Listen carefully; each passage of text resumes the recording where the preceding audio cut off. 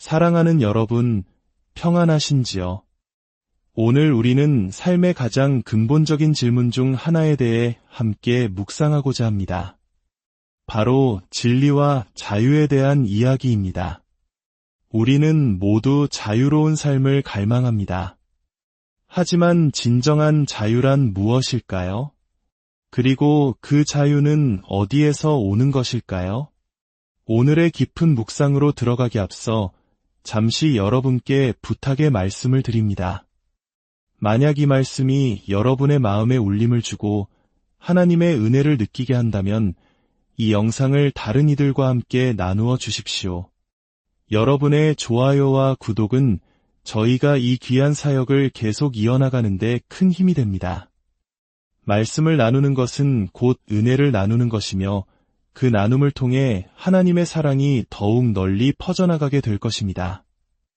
이 말씀을 듣는 모든 분들의 삶에 하나님의 평강이 가득하기를 기도합니다. 성경 요한복음 8장 32절에는 우리 주 예수 그리스도께서 직접 하신 놀라운 약속이 기록되어 있습니다. 진리를 알지니 진리가 너희를 자유롭게 하리라. 이 말씀은 당시 종교 지도자들과의 깊은 논쟁 속에서 선포되었습니다. 예수님께서는 그저 진리를 알게 될 것이다라고 말씀하신 것이 아닙니다. 원어의 의미를 깊이 살펴보면 이는 반드시 진리를 알아야만 한다는 강력한 명령에 가깝습니다. 만약 당신이 오늘 밤 진정한 자유를 원한다면 반드시 진리를 알아야만 한다는 뜻입니다. 오늘날 우리는 진리와 자유라는 말을 참 많이 듣습니다. 철학, 과학, 심리학 등 인류의 모든 학문은 결국 진리를 탐구하는 과정이라고 할 수 있습니다. 우리는 끊임없이 묻습니다. 나는 누구인가? 어디에서 와서 어디로 가는가? 이 광활한 우주의 나라는 존재는 어떤 의미를 갖는가? 이 모든 질문은 결국 진리에 대한 깊은 갈망에서 비롯된 것입니다. 우리는 어린 시절부터 경험을 통해 작은 진리들을 배웁니다. 불은 뜨겁고 얼음은 차갑다는 진리, 잘못을 저지르면 죄책감을 느끼고 선한 일을 하면 마음이 기쁘다는 진리, 이처럼 우리는 의식적으로든 무의식적으로든 모두가 진리를 찾는 순례자들입니다. 그러나 성경은 이 세상에 두 가지 거대한 영적 실체가 존재한다고 분명히 말합니다. 한쪽에는 진리 그 자체이신 하나님이 계시고 다른 한쪽에는 거짓의 아비요 모든 거짓의 창시자인 사탄이 있습니다. 예수님께서는 당시 종교 지도자들을 향해 매우 준엄하게 말씀하셨습니다. 너희는 너희 아비 마귀에게서 났으니 너희 아비의 욕심대로 너희도 행하고자 하느니라. 그는 처음부터 살인한 자여 진리가 그 속에 없으므로 진리에 서지 못하고 거짓을 말할 때마다 제 것으로 말하나니 이는 그가 거짓말쟁이요 거짓의 아비가 되었음이라. 예수님께서는 명확히 하셨습니다. 세상에는 진리와 거짓이 존재합니다. 사도 바울은 데살로니가후서에서 마지막 때가 되면 거짓이라 불리는 거대한 속임수의 체계가 세상을 뒤덮을 것이라고 경고했습니다. 수많은 사람들이 미혹되어 진리를 거부하고 거짓을 믿게 될 것이라는 예언입니다. 오늘날 우리가 사는 시대를 보며 많은 이들이 바로 그 예언의 시대를 살고 있는 것은 아닌지 두려워하곤 합니다. 또한 로마서 1장에서 사도 바울은 사람들이 하나님의 진리를 거짓 것으로 바꾸고 불의로 진리를 막는다고 지적했습니다. 이것이 무엇을 의미할까요? 첫째는 하나님의 진리를 의도적으로 외면하고 거짓된 우상을 숭배하는 것이며 둘째는 머리로는 진리를 알면서도 삶으로는 그 진리를 살아내지 않는 위선적인 태도입니다. 예수님께서는 이러한 위선자들을 향해 입술로는 나를 존경하되 마음은 내게서 멀도다 라고 탄식하셨습니다. 성경은 분명히 경고합니다. 이러한 자들에게는 하나님의 진노가 임할 것이라고 말입니다. 그리고 결국 우리는 모두 진리 앞에서 심판을 받게 될 것입니다. 로마서 2장 2절은 하나님의 심판이 진리대로 되는 줄 우리가 아노라라고 말씀합니다. 그렇습니다. 언젠가 하나님께서 온 세상을 심판하실 날이 반드시 올 것입니다. 그 심판의 날에 하나님은 우리에게 물으실 것입니다. 너는 진리를 따라 살았는가?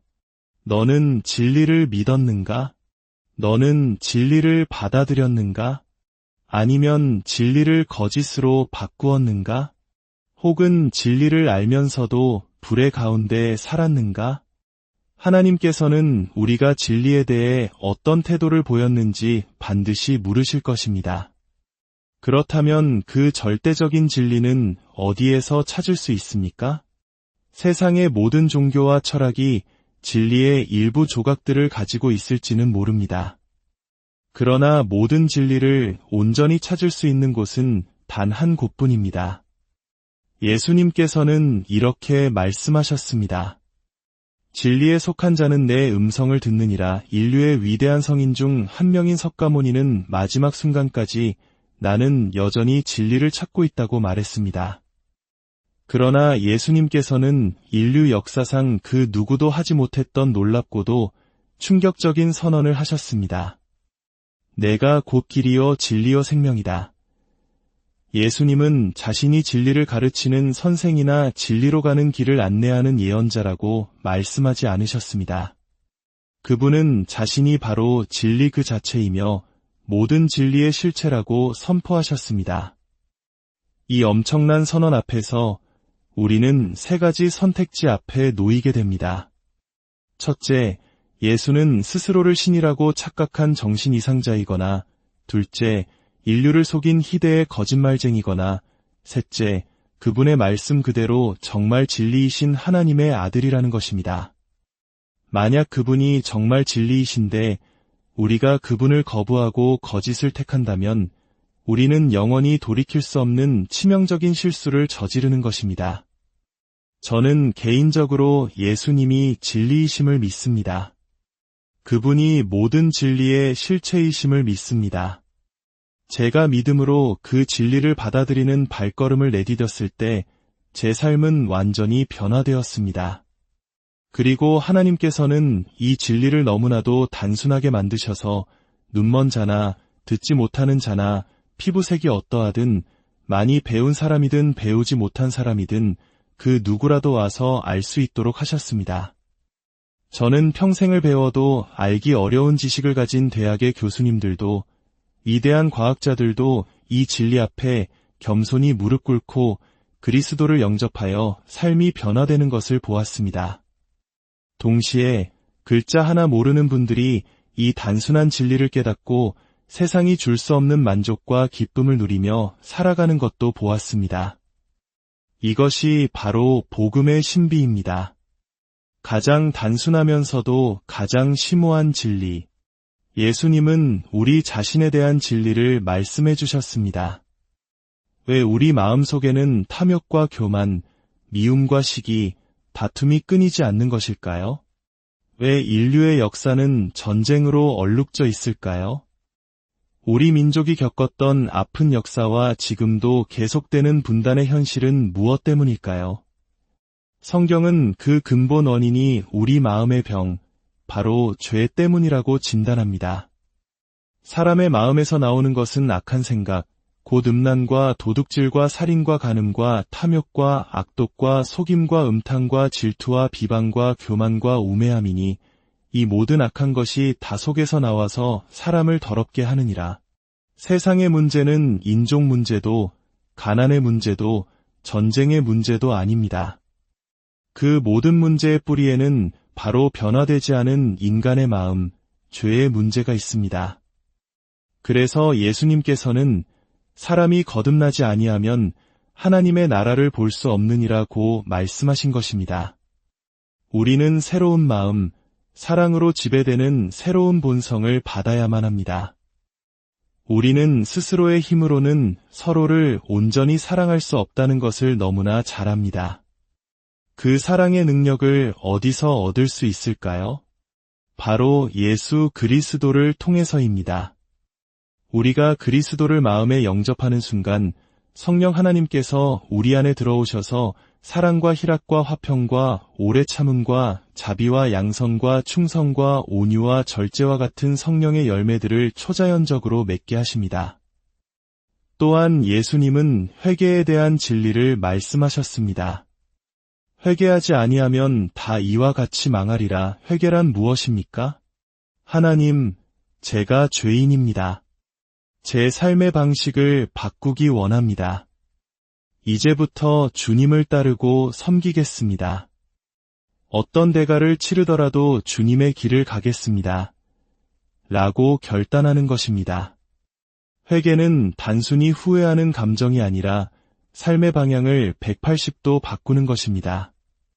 멸망으로 이끄는 넓은 길에서 돌아서서 영원한 생명으로 이끄는 좁은 길로 들어서는 것입니다. 사랑하는 여러분, 여러분은 이런 삶의 방향 전환을 경험하셨습니까? 그리스도와의 인격적인 만남을 통해 삶이 변화되는 경험을 하셨습니까? 진리를 알지니 진리가 너희를 자유롭게 하리라. 진리이신 예수 그리스도를 알게 될 때 우리는 어떤 것으로부터 자유를 얻게 될까요? 첫째, 우리는 죄의 형벌로부터 자유롭게 됩니다. 모든 사람은 죄인이며 죄의 삭은 사망, 즉 하나님과의 영원한 분리입니다. 그러나 우리가 그리스도를 믿을 때 그분께서 십자가에서 우리의 모든 죄값을 대신 치르셨기에 우리는 더 이상 심판과 정죄 아래 있지 않게 됩니다. 이것이 바로 구원의 은혜입니다. 둘째, 우리는 죄의 권세로부터 자유롭게 됩니다. 예수님을 믿기 전에는 우리가 죄의 노예였지만 그리스도를 영접한 후에는 우리 안에 계신 성령님의 능력으로 죄의 유혹을 이길 힘을 얻게 됩니다. 죄가 더 이상 우리의 삶을 지배하지 못하게 되는 것입니다. 물론 우리는 여전히 연약하여 죄를 짓기도 하지만 죄가 우리의 주인이 될 수는 없습니다. 셋째, 우리는 궁극적으로 죄의 존재 자체로부터 자유롭게 될 것입니다. 요한계시록 21장과 22장은 우리가 장차 들어갈 영광스러운 천국에 대해 묘사합니다. 그곳에는 더 이상 죄와 거짓, 슬픔과 눈물이 존재하지 않습니다. 모든 거짓을 사랑하고 만들어내는 자들은 그 거룩한 성 밖에 있을 것이라고 성경은 말합니다. 우리는 언젠가 사탄과 모든 거짓의 세력으로부터 완전히 분리되어 죄가 없는 완전한 세상에서 하나님과 영원히 함께하게 될 것입니다. 이것이 바로 진리가 우리에게 주는 참된 자유입니다. 사랑하는 여러분, 저는 오늘 밤 여러분을 생명의 근원이시여 진리 그 자체이신 예수 그리스도께로 초대합니다. 이 초대에 응답하는 길은 오직 하나, 바로 믿음입니다. 우리의 제한된 이성이나 지식만으로는 하나님께 나아갈 수 없습니다. 예수님께서 말씀하신 것처럼 어린아이와 같이 되지 아니하면 결단코 천국에 들어가지 못합니다. 어린아이가 부모를 전적으로 신뢰하듯 단순하고 순전한 믿음으로 주님을 영접해야 합니다.